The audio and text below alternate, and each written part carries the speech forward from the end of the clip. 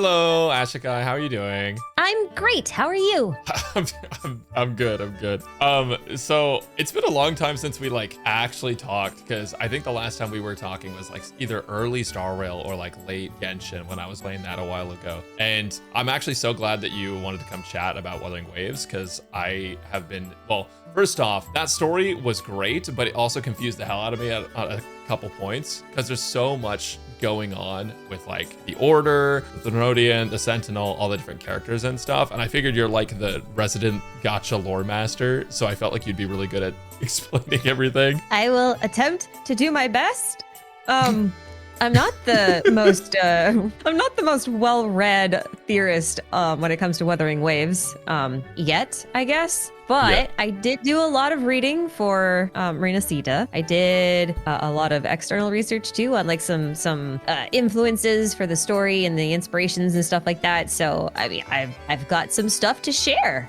And lots of thoughts. I really enjoyed Rinascita overall. So far, because it's not done. Yeah, but up to 2.2. A while ago. Yeah, up to 2.2 has been really fun so far, especially in the exploration. I've had a lot of fun with the new mechanics and the gravity swapping and stuff like that. Yeah, I was wondering what made you actually come try Wuwa, because that was the last thing I expected. I just thought you maybe weren't interested because you just never posted on your channel, but you had done a lot of the other gachas. So what made you change your mind, I guess? Well, I had played the beta for Wuthering Waves, so it's not like this came out of nowhere. I do have an account. It's a very underleveled account. It's just I couldn't really find time to sort of weave it in, and then time slipped away from me. Hence why it's been so long since even you and I have chatted. It's just time keeps on slipping. So I wanted to try and get back into Rinascita, mostly because all the people around me who continued playing Wuthering Waves really regularly were starting to say really, really good things about Rinascita. And it was just really exciting to hear everyone get excited about the story that was being told, and especially the characters. I heard probably the most hyping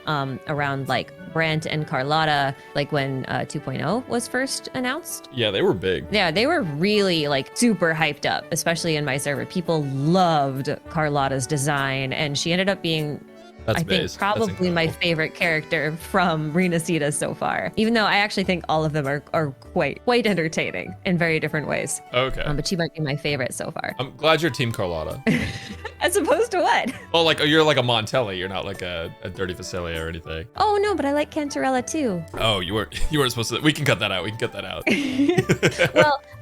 Well, she's based off a jellyfish, but I keep thinking she's based off a cantarelle mushroom. Oh. And I like mushrooms. Okay, yeah, that makes sense. I don't like mushrooms, so maybe that's why. Maybe that's the real reason. Well, I like the science of mushrooms. If you go to my server, it is called Shroomaroo Academia because it's based off of shrooms. Wait, that's incredible. Everyone in there is a lore spore. We are spreading the fungal knowledge. I feel that you're just full of dad jokes, which is insane. Because you don't. Yep. That is actually crazy how you can do that off the top of your head. That's insane. It's a shame I'm female, because then I would be a fun guy. All right, actually, let's just call it there. I'm good to go. I think we can end. Oh, that's awesome though. I'm really glad that you gave Wuwa a try in 2.0, because yeah, the story, the writing in general of the story has just gone up so much. It really has, hasn't it? So I've been playing Wuwa on and off since the beta, and I wanted to go back and try Rinascita because everyone on my Discord was hyping it up, and I was like, okay, I gotta see what this is all about right now because it's been a while. And I gotta say, it was worth the hype. The game has come a long way since 1.0, and the progress is actually really impressive. It has genuinely been mind-blowing for me. It feels very fresh and different, which has been super great. And then of course, if you use the new color settings, you can just make it so insanely saturated, you'll burn your retinas, but then it's really pretty. Yeah, I didn't even know about that until you mentioned it to me before we started talking today. And the first thing I do when I log back into the game is I'm gonna go mess with the color slider because I love my colors really saturated. Yeah, it was one of my favorite things that came out of the new patch. In the new patch, we also got that really insanely big story, the thing that kind of, it feels like a conclusion to the main Rinascita story, but it's obviously not, because there's so many more loose ends to tie up. We have everything involved with the Order. We now know about the Facilia and the Montelli family, but we have so many more characters that are going to be releasing over the next bit. So we know that there's more to do.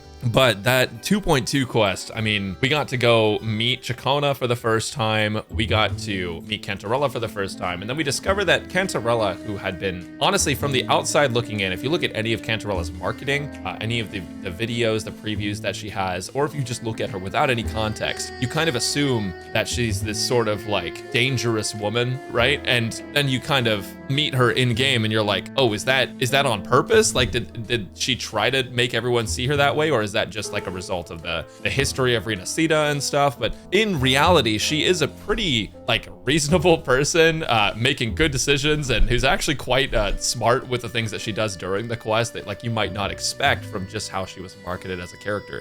It's really impressive. And I mean, what do you think about Cantarella as a whole? I think it's bait and switch done in a good way. Oh yeah. Like they baited us with kind of like a femme fatale kind of, you know, dangerous political adversary of a noblewoman kind of thing. 100%. And then they literally flipped it on her on its head. Like she is that on the surface, but that's kind of like the character she plays for everyone's benefit and for the benefit of, you know, all the things that she wants to protect. But Brax, remind me, you haven't played her quest, have you?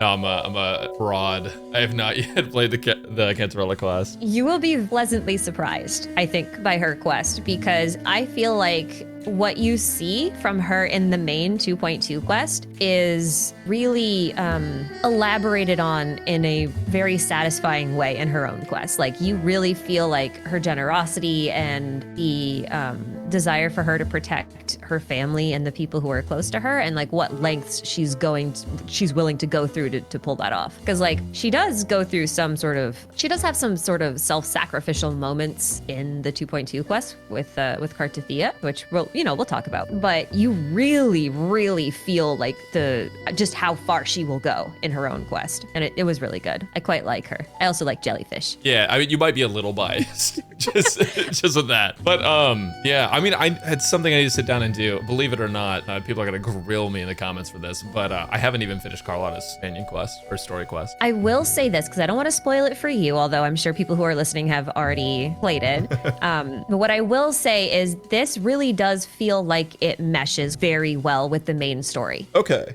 Like it answers a lot of stuff, like a lot of questions that are brought up in the main story but aren't addressed, and I don't think will get addressed in the main story. Like the secret behind the Phacelia family, why they are the way they are. It fleshes out more about like the relationship between that family and the Threnodian a little bit. Okay. And a lot more about the Holy Maiden trials and stuff like that. It goes into all of those things. So it's definitely, I want to call it a companion mission to the main story, not just a companion mission as in you are going through this with a companion. Like Cantarella is the main character, but it's definitely also related to Cartethiya because, you know, it relates to the Holy Maiden trials and stuff. That's super interesting. Yeah, okay. I wasn't anticipating that. So yeah, I'll go play that. Sorry, character stories are always hit or miss when it comes to like whether or not they're just about the character or if they have like plot relevance. And this is just so happens to be one that's like pretty plot relevant in my opinion. Yeah. I mean, that's great because I feel like, you know, yeah, it's hit or miss depending, because gacha games at the end of the day, like new characters come out, so like they make a story so you get to know that character more. And for me, Cantarella wasn't a character that I was super interested in outside of her story relevance. But if that is like super relevant, then I'll have to play through that soon. It is. I wasn't expecting it either, which is why I was so pleasantly surprised. And, you know, like not every character can be plot relevant and not every character's backstory can be meaningfully plot relevant. It's just not possible. She just happens to be one of the ones who is. Yeah. For sure. We meet her pretty early. We meet Chacona first, which I'm in love with Chacona's design. I love the horns and like the red hair, the green outfit. It feels very Dungeons and Dragons to me. I don't know if you've seen that movie. I haven't seen the movie, but I know the vibe you're talking about. Yeah. Well, the reason I bring up that movie is because there's a specific character in the D&D movie that has like red hair and horns, like a tiefling, and they're like, and I was like, oh, I get that vibe. Like that feels like the same character. But I also just, you know, bards and games are fun. I love musical characters. True. Yeah, so I'm super stoked for Chacona as well. And then it was like, yeah, right after we meet Chacona, we meet Sebastian, who's like the butler guy. I don't know why, but for some reason, every butler in every anime thing is Sebastian. It's kind of odd. This one's funny because like when they said Sebastian, my very Western Disney brain went, oh, we're going under the sea. Right? Okay. And then we meet a jellyfish lady. So like under the sea. Oh my gosh, wait. It was a Under reference the to that sea. the whole time. Yeah, that's actually crazy. So yeah, Sebastian. I don't even know if that's the reference. No, I don't think it is, but I think it's funny that like works out. I think, well, okay, maybe it is a reference. I just feel like I hear a lot of butlers named Sebastian in the anime gaming space. For sure. Probably because of Black Butler. Yeah, that's probably one of the main reasons. Yeah. Sebastian takes us to the Phasalias. And basically there is where we actually meet Cantarella for the first time. Can I ask you, what option did you choose for the tea? Did you take her tea or did you decline it? No, I did not take her tea. Okay. I also did not, but I was wondering if they were like, if that actually affected anything or not. So I wanted to see if you had taken it. I don't think it does. I tried to look it up later and then I think I forgot. I think I opened the tab and then didn't complete my task because I got distracted. Yeah. Oh, no. Yeah, usually when I'm in front of Cantarella, I'm distracted too. Yeah, me too. That was the main question I had for you about that part, because I feel like everyone I know said no to the tea because we all saw like the previews for Cantarella. It's like, oh, we can't trust her at all. But then I guess, yeah, maybe it doesn't matter. But it actually, it's interesting because I feel like she shows that, I mean, her being her, it's hard to trust her just with like how kind of threatening she is and how powerful she is. But at the same time, like she kind of gives us this like idea of trust when she shows us Tyrvine. Is it Tyrvine? I don't remember how they pronounce it in the story. It's been like a while. It depends on whose accent you're referencing, because there's a lot. That was one really good thing I really liked about Rinascita. Sorry, not to go off subject, but go ahead. I loved the voice acting in this region. Oh yeah, it's amazing, and I love how much they lean into the accents. Yeah, like Zani was such a treat. That's why I know we're talking about 2.2, but no, like everyone is treat. loving Zani right now. Like every single one of my like viewers that I see talking in the community, they're all like, oh my gosh, Zani's accent. Oh my gosh, it's so good. Oh my gosh, I'm pulling Zani. Like I just loved how they leaned into all of the different accents, because it really does make it feel like it's a bit more of a, I don't want to call it a hodgepodge of cultures, but like it definitely feels like a cultural blend, like a very comfortable cultural blend in Rinascita, which is kind of what the region goes for. Yeah, it's kind of a melting pot of European accents and I guess just countries in general, but it does feel like they kind of made like Italy like the center of it all. Oh yeah, for sure. But it's interesting because Cantarella kind of just like right at the beginning immediately reveals things about the Sentinel and the Threnodian. Now my understanding of it, and correct me if I'm wrong, but my understanding of it was that she basically just implied that Sentinel has the power to kind of like manipulate space in a way. So kind of going hand in hand with like the platforms being able to flip around and stuff. They're able to take like resonance energy and like put it in different objects, which is what the sword was imbued with. Yeah. And then conversely, the Threnodian has the power to like merge and assimilate things, which is kind of important, I think, to remember for like basically the rest of the quest, because everything having to do with the Dark Tide and the Order kind of has to do with like the Threnodian's influence and assimilation. So I think it was really interesting how they just immediately opened up with that lore bomb about the Sentinel and Threnodian after us not having heard from them in like an entire, just a while. I guess it wasn't that long. I think, later on in the quest, I'm not 100% sure if this is why, but this is my takeaway from it, was I think the Dark Tide, and we can talk about the details of how that happened later, but I think like the Dark Tide is something that's like set forth by the Threnodian when they resonate with their resonator, right? And I guess the Dark Tide kind of like brainwashed people in a way. Like it's not like everyone just got like flushed away by the Dark Tide, but like the existence of this thing and of the Threnodian is this thing that like makes everyone kind of in their own mind rewrite history.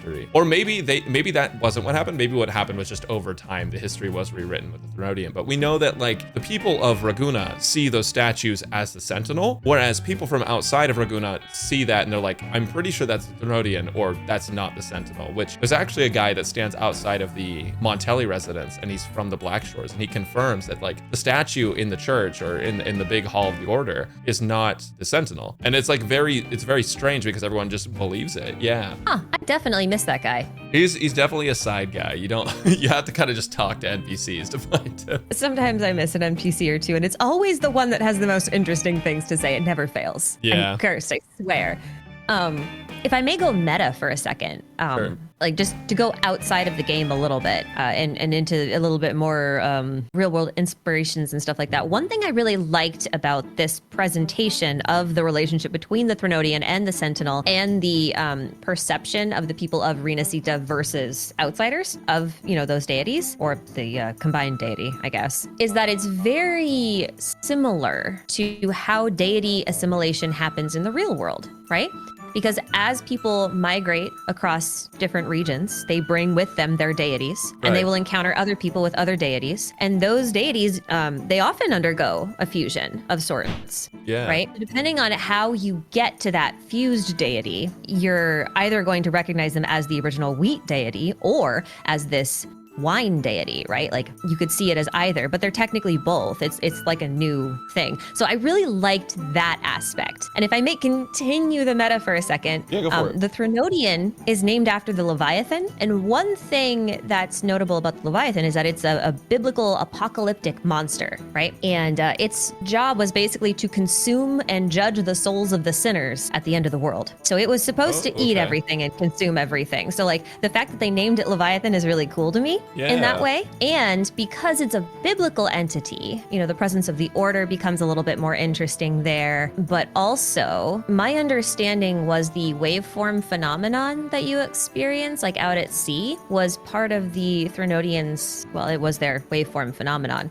But it seems like it's sort of based off of, how do I put this? Like a manipulation of someone's faith or beliefs, or it's like tricking people into thinking that the Threnodian is a deity that should be worshipped or should be paid attention to. Right, yeah. It's like consuming everything. It's like this one deity that's becoming an all-encompassing deity. It's eating all of the other deities and therefore assimilating everyone's faith into one deity, which is the Leviathan. I thought that was a really cool thematic thing. I think I'm interpreting how that worked correctly. And it also is kind of an interesting commentary on like the resilience of faith when different deities come into contact with each other and they start to have that natural cultural fusion. Like whose traits does it most resemble? Which deity is like the primary front-facing one, right? Yeah, it's really interesting because one of the things that Cantarella I think had mentioned, or maybe it wasn't Cantarella here. It's been a while since I've done the quest, but I do remember there was mention that the Threnodian not only like its power is faith, but like, you know, the more faith that it has, the more people that it is able to, like, I guess, quote unquote, brainwash, and like the more of itself it is able to show and be, the stronger it is, right? So kind of like you were mentioning, like the deity that it becomes, that shows more, you know, it's a representation of that sort of power. And then like the more people that believe it, it's kind of this like endless cycle of growing more powerful, the more people that there are around to actually see it become more powerful. Point about maybe rewriting history. It could be that the Threnodian itself doesn't have the power to rewrite history, but the power of the power of faith that it exerts over the people is so strong that they rewrite their own history. They build new statues, they alter historical records, you know, they create new traditions, all that kind of stuff. And that's the really big thing, right? Is like, yeah, like you can tell at walking around the fact that there's not a statue of the Sentinel, that there's only the statues of the Threnodian, but everyone believes it's the Sentinel. It's like, maybe humans did just like, you know, their beliefs got rewritten. They're like, oh, that statue doesn't look right. Let's fix that, you know, and then they just build a Threnodian. Yeah. It is really crazy how they actually explain this throughout the story too, because you learn more and more about the Threnodian's assimilation and the Dark Tide. But that comes a little bit later, because right after you sort of talk with Cantarella, there's this weird moment of like resonance, I think, with the Threnodian. I don't know if you remember this, but it was kind of like when we're in the room with the sword, there's a statue at the end of the room. I believe that was a Threnodian. Maybe I'm misremembering, but it's like hooves kind of glow and flash, and then you're like, oh, I don't like that. Maybe I need to rewatch that. But do you know what I'm talking about? Yeah, I remember there being sort of like an uncomfortable resonance moment. Yeah, and then like the opposite thing happens when you get near the sword. The sword, like you're basically King Arthur. You just like pull the sword in the stone, you know, like that.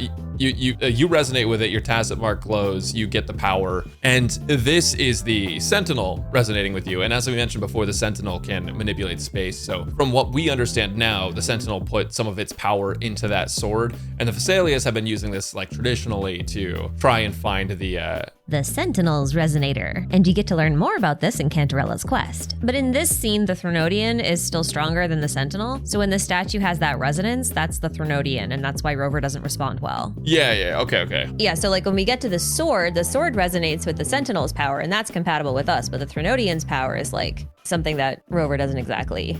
Yeah, you know what? I think I was mixing up my in my head. I think I was mixing up the stuff with there's the whole like lore about like the Thessalians and the Threnodian. The Thessalians worship the Threnodian, you know, that kind of thing. I think I was mixing that up, but so ultimately, like the statue of the Threnodian, you feel that overwhelming presence. The Threnodian recognizes you, Rover, Arbiter. And then you have the sword, which is like, okay, that thing also recognizes you. Cantarella kind of explains they're looking for the person with the second awakening. And then you kind of, just because like you're the goat and like you're him, you're the guy, you're John Woowa or Janantha Woowa, whatever gender you're playing, right? And you go over to I don't know. It's the first thing I thought of. You go over with Cantarella. You go to the place where Cartethiya is, like the tower, and you just break the barrier because you're the goat. But during the flash with the Threnodian, you kind of, or maybe it was the sword resonance, one of the two shows you like these 3 flashes of the 3 swords that you have to collect. And so now you've met up with our Cartethiya, and now you have this objective of finding the swords. You don't really understand like everything about it yet, but you do know something about the Sentinel saying you need to go to the spiral tower, or like the tower in the sky, right? And then you also know Cartethiya has basically been stuck in there behind that barrier, and now you've unlocked a secret to potentially finding the Sentinel and getting closer to the truth of Rinascita. And it's really interesting how they play around with like the physics and the environment and stuff the entire time you're going to collect these swords. What did you think about that, by the way? Just like how the world operated up in the sky. I like topsy-turvy things. Understandable. Have a nice day. Sorry. So I thought that the topsy-turviness of the inverted tower was really, really cool because, again, like the Sentinel's power is spatial manipulation, right? Right. That would include like flipping gravity and going upside down and stuff. And I thought that was really neat because it's a sky deity. Like the original Sentinel was like, you know, a sky. It was a Pegasus. It's supposed to just fly around in the sky. And there is not really an up or down necessarily when you're in the sky, right? Because like you're basically defying gravity when you fly. So I really liked that. But I also kind of like the idea that the reason why the Sentinel and the Threnodian can fuse, like from a gameplay mechanics perspective, is because when you're under the sea, the top and bottom stop mattering too, right? Okay. Yeah. I see where you're going with this. Like you can kind of like go in any which way direction, and you can go up, down, left, right, sideways. Feel like you're not beholden to a ground, basically. Right. Yeah. It's kind of this free motion. And if you merge the sea and the sky, then you end up with like storms and like this fusion of naturalistic forces, which I also like. So like if you go from the sky to the sea, you have rain. And if you go from the sea to the sky, you have clouds. Oh, actually, I hadn't even considered that. Yeah, it kind of merges perfectly. I know. I like it from like the topsy-turvy thematic angle in the towers. I thought that was cool. Yeah, it's really fitting. And we actually had, so the first sword was Tyrvine, right? Which is the one that Cantarella had. And you finally, like after, you know, topsy-turvying everywhere and taking like a cool gondola ride. Wait, by the way, who did you ride the gondola with? There is a correct answer. I went with Cartethiya. Okay, that was the correct answer. I'm glad you picked the right answer. Well, I mean, the thing is we've been with, at this point, we'd been with Cantarella for a while, and I had more to learn from Cartethiya than Cantarella, so I picked Cartethiya. That's actually the same reason I picked it. Yeah, it was because we had spent the whole quest with Cantarella thus far, and I was kind of like, okay, I want to see what she has to say. Because we didn't, I think at that point, she was the person we knew the least about between the two. And obviously she was going to be like a big part of the quest. So I was like, okay, I want to know the lore. Okay, so we picked Cartethiya because we're both like based as fuck. So we get to the Tyrvine spot, and we get that flashback, right? And the flashback is the initial coronation, you know, where she has like the really long cape looking thing, dress, and then they're like, oh, what do you choose? Salvation. And you kind of have the Dark Tide cutscene with the, I don't remember which Dark Tide cutscene this was. There was a couple of them, but you kind of like notice that after that, the Sentinel's frequency increases in Rover's Tacit Mark, which is like the, you know, the thing on your hand. Mm-hmm. And then at that point, Cartethiya is like, wait a second. So what is this? Because she gets like some of her memories back, but not everything. So now she's not sure. I mean, the entire quest, she's been unsure if she's the Sentinel or Threnodian's resonator. Like she felt like she was the Threnodian's resonator, but she wasn't 100% sure. And she was really hopeful that she was wrong. Maybe I'm misremembering. Maybe it was someone else that said that, but I just know that there was a lot of confusion. Cartethiya was very confused on who she actually was and what what was going on with her past. But then we get to Hogness, which I might be butchering the pronunciation. What was this sword based off of? Do you know? So both Tyrfang and Hogness are based off of swords from Norse mythology. Hogness was named after Hogni, who had a blade named Daneslif, which was a blade that could never be sheathed until it had killed its opponent or its target. I knew you would have an answer for this, by the way. Like, I was just like, I know if I ask this question, just gonna know. Okay, keep going, sorry. Tyrfing is kind of fun. I know they say Tyrvine. They're using slightly altered names from the originals, but Tyrfing, which is what Tyrvine is based off of, is from the Tyrfing cycle, which is from the Poetic Edda, and that is also about a sword. Well, Tyrfing is the name of the sword that also couldn't be sheathed unless it was still warm with blood. Okay. I think it's really cool that both the Hogness blade and the Tyrfing blade are the same theme overall. Yeah, but they're kind of different swords because the Tyrfang, or Tyrvine, as I've been calling it, they're very similar themes, but Tyrvine it gave us the Sentinel's energy, right? Because the Sentinel had imbued that sword. Hogness is kind of different because if I remember correctly, that was was that the Discord one? The one that was the Threnodian looking sword? I mean, it looked very Leviathan-like. I might have to double check this real quick, but I believe that the second sword was the Sword of Discord, and that one we actually got some resonance energy from the Threnodian, I believe. And during that, it's the Threnodian Leviathan frequency. And after that, we get to see Cartethia's past, and we get to see her resisting the Threnodian. So it was really interesting because yes, we find out, she's resonating with the Threnodian. She is the Threnodian's resonator at this point, or maybe it's not confirmed at this point, but like we know that like it's leading that direction, but she is resisting that influence. So even if she was the resonator of the Threnodian confirmed 100% at this point, we still know that she's like on our side. We don't know what the motivation is, but like we know that she is fighting for humanity in that backstory, which I think was a really revealing point about Cartethia's character. So I kind of like the order here too, because Tyrfing was a sword that was capable of killing a god.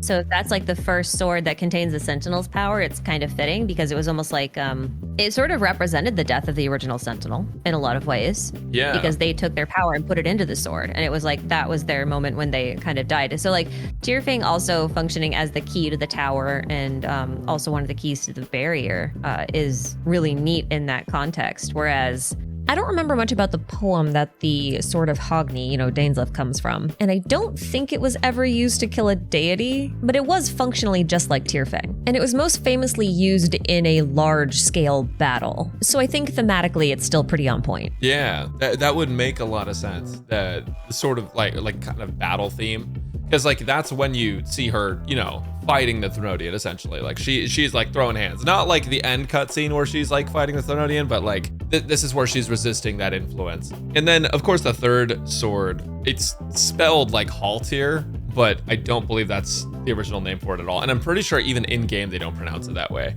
Okay, yeah. Hi, editing Ashikai here. I'm interrupting this bout of confusion that I had over the Haltir sword because I really didn't have any idea why they chose this. Because like in every other language, the sword is actually pronounced Haut Claire, which didn't really make any sense to me because why would they pick the first two swords from Norse mythology and also have them share similar traits of being bloodthirsty battle swords that can't be sheathed until they kill something, and then make the third sword one that belonged not even to the main character of the French epic The Song of Roland. And while I was editing, I realized why they picked this sword. And I don't want to subject you to my confused ramblings of previous me in this podcast, so here's the deal. Much like how Tyrvine belonged to the Sentinel and Hogness belonged to the Threnodian, Haltir was actually Cartethia's sword from before she got trapped in the tower. And this kind of makes the whole French epic connection make more sense because Cartethia's alternate name is Fleur de Lis, which is obviously French. So it's reasonable to assume that the rest of her influences are mostly French. Now, like I said, the original Haute Claire, upon which the Haltir is based, belonged to Roland's friend Oliver, who died after being impaled upon an enemy blade. But he split his attacker's head open with Haute Claire in revenge just before he died.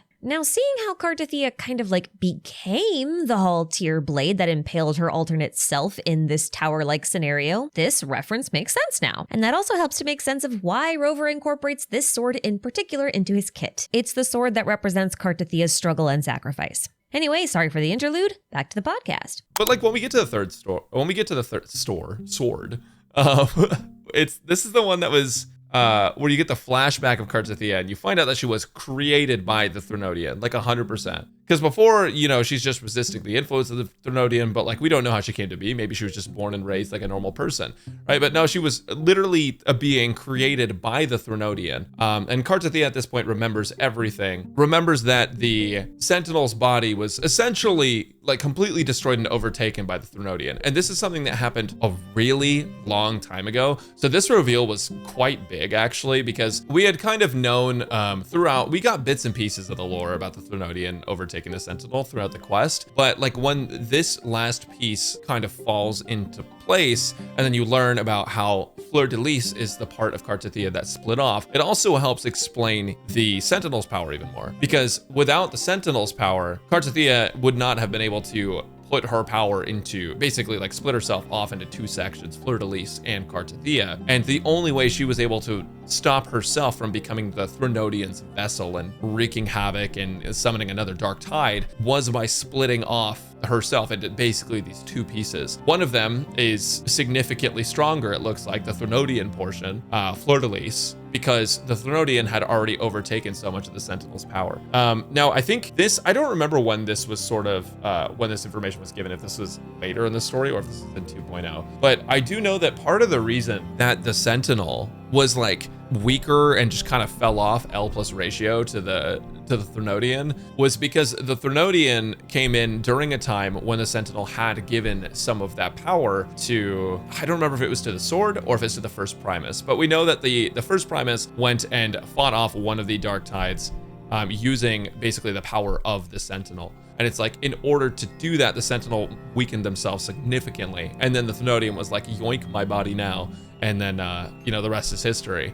So it's crazy because now Cartethiya is in this position where she has this other part of herself, and her options, the way she sees her options, are for her to fuse with that other part of herself and become a vessel for the Threnodian, and then just hope you can just like trap them up in the sky, or they have to die because the Threnodian can't be killed. With any evil that you can't kill, you always seal it. And then thousands of years later, some smart person decides, hey, what if I opened this door that says do not open? Yeah. And then the problem repeats itself. And then the door is open. It is very, very interesting how they pieced all this together. Yeah. Yeah, so obviously Rover wants to do that another way. Rover doesn't want to have to kill off Cartethiya. Rover would rather just like solve the issue. But what's interesting is like how the issue gets resolved. So basically the Rover stomps off like, I'm him, I'm John Arbiter, I'm gonna go kill the boss, right? And then as the Rover leaves, Cantarella shows up, which is like, okay, hello Cantarella, we haven't seen you since the second campfire, right? And she comes in. She basically reveals that like, she's the Blessed Maiden, right? And then Cartethiya is the fake Blessed Maiden. Cantarella takes her power that she got from her second awakening, the Sentinel's power that allows you to manipulate sort of space and energy and things like that, manipulates her space and energy back to the Sentinel, which like through Cartethiya basically makes Cartethiya the new real Blessed Maiden. And I don't know exactly how the science of this works in Wuthering Waves, where like if you split yourself in half, can you be a resonator for both? But I guess maybe that worked. I don't know. We know that Cartethiya ends up becoming the sword though that Rover fights with, and when you stab Fleur-de-Lis, you have now joined Cartethiya and Fleur-de-Lis together. Hey, it's Editing Ashikai again. I apologize to Brax, but I have to correct him on one thing. When Rover stabbed Fleur-de-Lis with Cartethiya's blade, they weren't joining her together. It was basically mutual annihilation. But there still were some residual frequencies of both Fleur-de-Lis and Cartethiya, and those residual frequencies were strengthened by the Sentinel and allowed them to save Cartethiya and Fleur-de-Lis by fusing them into one entity. And now that their separated frequencies are one frequency again, they can now serve as a single resonator for the Threnodian Sentinel mix. Things get pretty confusing when you work with godlike entities, so I hope that cleared things up. Let's get back to the podcast. Yeah, holy yapsophone. I thought it was like super cool though, and I don't know if you noticed like all of the fragments that were falling after the fact, and that you could see like the Threnodian and some of the fragments. Like, I don't know, I just thought that was cool. So there was this one thing, and I personally feel like this is like a cop out for a character death, and you can let me know how you think of it. But the Sentinel, the reason the Sentinel survived everything, and the reason that, I mean, obviously I feel like it's very difficult to like actually kill a Sentinel or Threnodian, right? But like the Sentinel is like, oh, I hid code away somewhere, basically. Like the core of the Sentinel, or like the core code of the Sentinel was like hidden and inaccessible, which allowed it to live through everything and survive and persevere and still be the Sentinel. But the thing is, like, the Sentinel basically goes, oh yeah, by the way, I can just become like, you know, you can just have all my power and then Cartethiya can live. And I kind of feel like that is, for me, whenever I see that in a game where I'm like, ah, yes, this guy was like very close to death or going to die, and now they're just gonna trade their life with this other person. I don't know, maybe it's just because I see it like overused a lot, but what do you think about that? Because I feel like it was a really good thing that Cartethiya lived, but at the same time, I feel like it was kind of just like a shoo-in. Oh, we're just gonna do this so we can sell the character later. Well, I agree with you on the cop-out kind of thing, in the sense of like, I don't usually like the sacrifice so one person can live, or I do feel like it cheapens the original sacrifice oftentimes. Yeah. You know, like the fact that Cartethiya was willing to go through to such lengths to accomplish her goal, I thought that was pretty special and would have made her character really powerful, honestly. I kind of felt a similar way with the Shorekeeper when we went through her story. Right.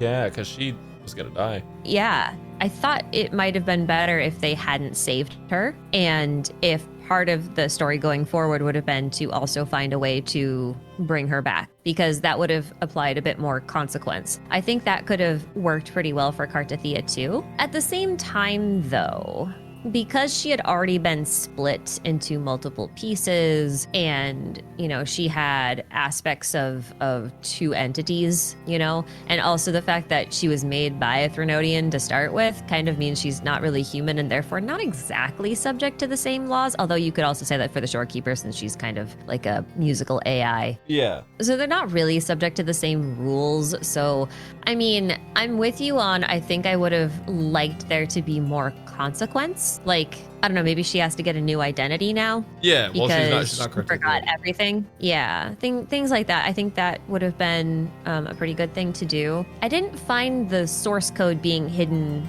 trick of the Sentinel to be honestly all that problematic, if only because we were still talking about deities and then questions of faith. Remember how we talked about how the Leviathan kind of like is like a fusion of deities, and therefore it's like consuming other faiths by making people worship it? If you look at the quote unquote source code, as you put it, as like an original holy text, right?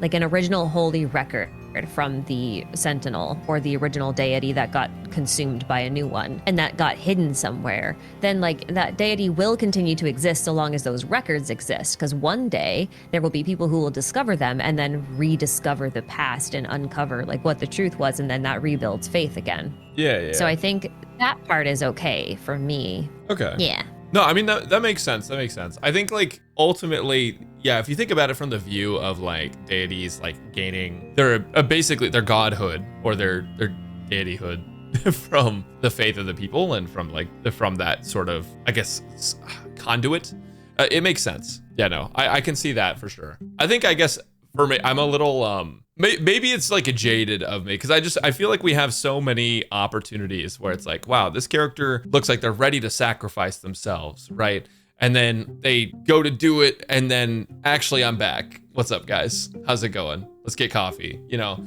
that kind of thing. But I do think that like of all of the ones that we've seen across a lot of the games that I've played, I feel like this one is like a little bit more justified. I was surprised they did it though, actually.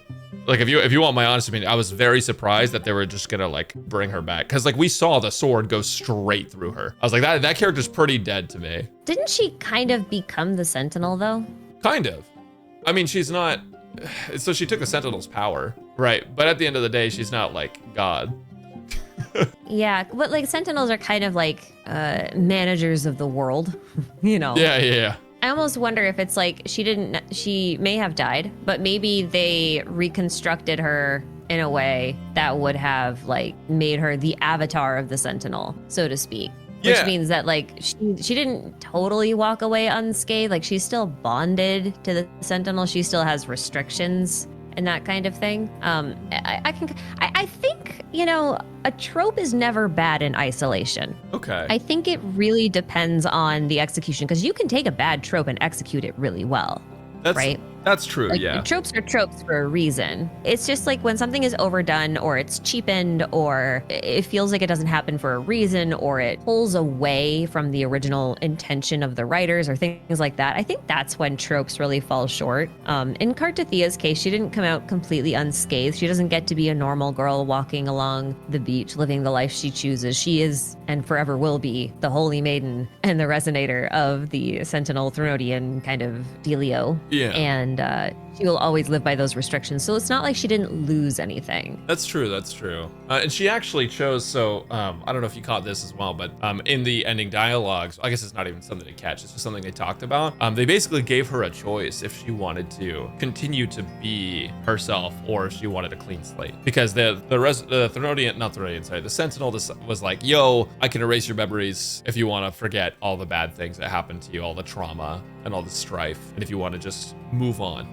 And she chose to live with that, which I think is really powerful and indicative of like a very strongly written character. So Cartethiya says something to Rover that I thought was really interesting, because throughout this whole thing, she's like recognizing Rover's strength and then saying like, you know what? I need to be stronger than you. Yeah. Like I got work to do. And then Rover's like, well, you make me sound like a villain. Yep. And she doesn't deny it, which I think is really interesting. She's just like, yeah, but like if that ever happened, she doesn't discount the possibility. Like if that ever happened, I mean, I should be able to, you know, crush you, you know. Like it was honestly really cute. I was like, oh, like that's kind of a cool like little rivalry thing. I hope they don't drop that. I hope they just keep that forever. Oh, they probably will, because it's a pretty interesting dynamic. And they both went through a lot together just now. So they kind of have a nicely established relationship. But I do like thinking about the possibility that Rover could be, you know, less friendly in some sort of alternate timeline or something. That would be sick. But like, I would hope if they did something like that, because I love when games show you like alternate versions of like what the world could be like. You know what I mean? Like, I love it's games and media do this. Like, I think one of my favorite things about this is anime ReZero. I really like it because like it shows like, you know, Subaru dies and then he like restarts from like a save point, and then like the author would write these different stories about what happens if he chose to do this instead, and then his save happened. Like how would it progress? I would love to see like, you know, in this hypothetical scenario, like a universe where the Sentinels were just like, okay, boss, yeah, and then it's like, holy shit, everything's gone or fucked up or like bad. Well, you have the Tethys system, right? Like potentially you have a supercomputer that's capable of saying, well, this is what would have happened. This is what the original plan was. And maybe like that's a whole level. Maybe that's one of the returns to the Black Shores, where like you go through the Tethys system and the shorekeeper leads you through the original plan. Yeah. And you get to experience the death of like every nation or something crazy, right? I don't know what Rover's plan would be. I haven't dug that deep. This is just where my brain went from a narrative perspective. Like they have all the tools to be able to like pull this off basically whenever they want to. Honestly, this whole Yap Fest has been just like super enlightening in like a different way. Cause like I felt like I understood this story, and then hearing how your brain works, it's like, oh damn, like you just think of it in such a different way. It's so cool. I wonder, actually, maybe we can talk about what's going to happen in the next story installment. Oh yeah, well, okay, so I know that we had a lot to do with like Verlova and Cristoforo still in the region, and then we also have the Order to figure out. We'll probably pay a visit to the Montellis, I would imagine, again, since we have two characters that are like alongside the Montellis. We have Chacona and Zani releasing next batch. I feel like we'll get to know a bit more about them. That'll be cool. Yeah, and I was also thinking that maybe the next arc is going to be about Cartethiya and Rover exposing the Order. Ooh, okay, that'd be cool. The interesting thing is right, like the Frisellia family has been demonized for its relationship with the so-called Thrunodian. Yeah, definitely. You know, and I'm wondering if what they'll do is we'll start to form an alliance between Carlotta and Cantarella, and maybe the goal is to overthrow the Order and reveal the truth of what happened to the Sentinel, and reveal Cartethiya as, you know, the true resonator of the Sentinel. Yeah, that would be super interesting. I can't wait. The more we talk about this, the more excited I get. That would be a really fun. I don't know if that's what's going to happen. I don't know if there's been a live stream recently. I've been away for a little over a week. No, so I'm not yet. But that's kind of my prediction because that feels like a very natural way to kind of tie things together. 100%. And sort of bring all the cast together and resolve the Sentinel issue and a lot of Rinascita's politics, you know, like kind of get that all sorted out and maybe figure out a new way to have Rinascita interact with other nations, maybe. Maybe Rinascita becomes one of the capitals of echo technology or whatnot. Yeah, maybe. I'm excited to see. Because that is one thing we didn't talk about was like the Nexus. Oh yeah. There's more to there's more to talk about in the future, I guess. Oh yeah.